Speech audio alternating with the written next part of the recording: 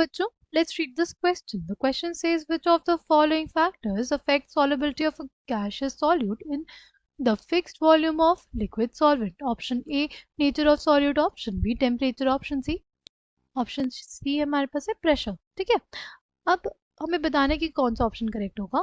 ठीक है, the key concept for this question is solubility of a gas. Solubility of a gas in a liquid. Solubility of a gas in a liquid. ठीक, क्या वो nature of solid पे depend करेगा? Nature of gaseous solid पे depend करेगा? बिल्कुल depend करेगा. जैसे ऑक्सीजन होती है, उसकी सॉलिबिलिटी वाटर में उतनी ज़्यादा नहीं होती, बट HCl जो होता है वो हमारे पास जो वाटर होता है उसमें हाईली सॉल्युबल होता है. ठीक है, तो HCl गैस जो होगी वो हाईली सॉल्युबल होगी वाटर में, बट ऑक्सीजन जो होता है वो स्लाइटली सॉल्युबल होता है वाटर में. ठीक है, पहली चीज़ हो गई. तो नेचर ऑफ सॉल्यूट पे तो डिपेंड कर रहा है हमारी solubility of gaseous solute.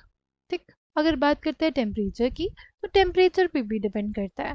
Temperature पे कैसे डिपेंड करता है? जो सॉल्युबिलिटी ऑफ गैसेस होता है ना, सॉल्युबिलिटी ऑफ गैसेस जो होता है वो इन्वर्सली डिपेंड करता है टेम्परेचर. यानी अगर टेम्परेचर बढ़ा देंगे, टेम्परेचर अगर हम लोग बढ़ा देंगे, सॉल्युबिलिटी ऑफ गैसेस कम हो जाएगी. ठीक है, अगर हम लोग टेम्परेचर बढ़ा देंगे, सॉल्युबिलिटी ऑफ गैसेस कम हो जाएगी. ऐसा रीज़न क्या है इस चीज़ को होने?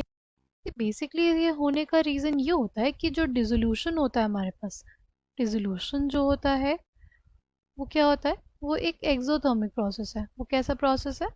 वो एक एक्सोथर्मिक प्रोसेस है. कैसा प्रोसेस है? एक्सोथर्मिक, यानी जिसमें हीट रिलीज होती है.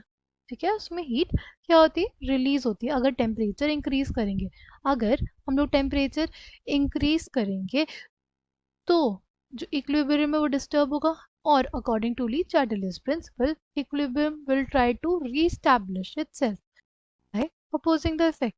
एक गैसेस है हमारे पास, ठीक, उसको वाटर में डिजोल्व किया हमने, क्या बन जाएगा हमारे पास? ये बेसिकली ए एक्वस बनेगा.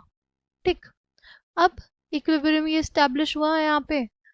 अब हमने टेम्परेचर इंक्रीज कर दिया, टेम्परेचर इंक्रीज कर दिया, तो क्या होगा? हमारे पास बैकवर्ड रिएक्शन फेवरेबल हो जाएगी. ठीक है, क्योंकि ये एक प्रोसेस कैसा था? एक एक्सोथर्मिक प्रोसेस था. कैसा प्रोसेस था? एक एक्सोथर्मिक प्रोसेस था. एक्सोथर्मिक प्रोसेस होते हैं, एक्सोथर्मिक प्रोसेस वो प्रोसेस होते हैं जिनमें हीट रिलीज होती है. जिनमें क्या होता है? हीट रिलीज होती है. अगर उसमें हीट रिलीज होगी और हमने टेम्परेचर बढ़ा दिया, तो सिस्टम चाहेगा टू अपोज द चेंज. वो कैसे अपोज करेगा? By favouring the backward reaction. Liquid state में गए, उससे फिर गैसियस स्टेट और लिक्विड वाटर मिलेगा हमें. ठीक है, इस वजह से हम लोग कहते हैं कि सॉल्युबिलिटी ऑफ गैसेस जो होता है वो डिक्रीज कर जाती है बाय इंक्रीजिंग टेम्परेचर. ठीक, फैक्टर हमारे पास क्या है? प्रेशर. नेक्स्ट फैक्टर हमारे पास क्या है? प्रेशर. प्रेशर पे कैसे डिपेंड करता है? Solubility of a gas. Solubility of a gas in a liquid. Solubility of a gas in a liquid directly proportional होता है किसके?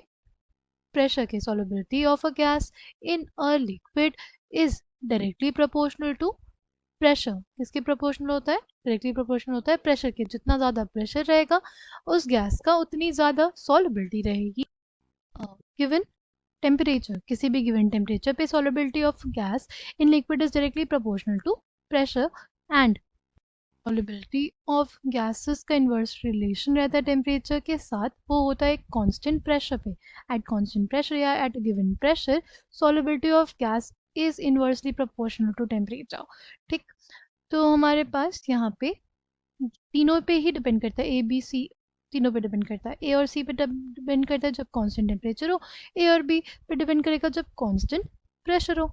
ठीक है, तो हमारे पास यहाँ पे दोनों ही ऑप्शन करेक्ट होंगे, option A and option B. I hope you understood it well. Thank you all the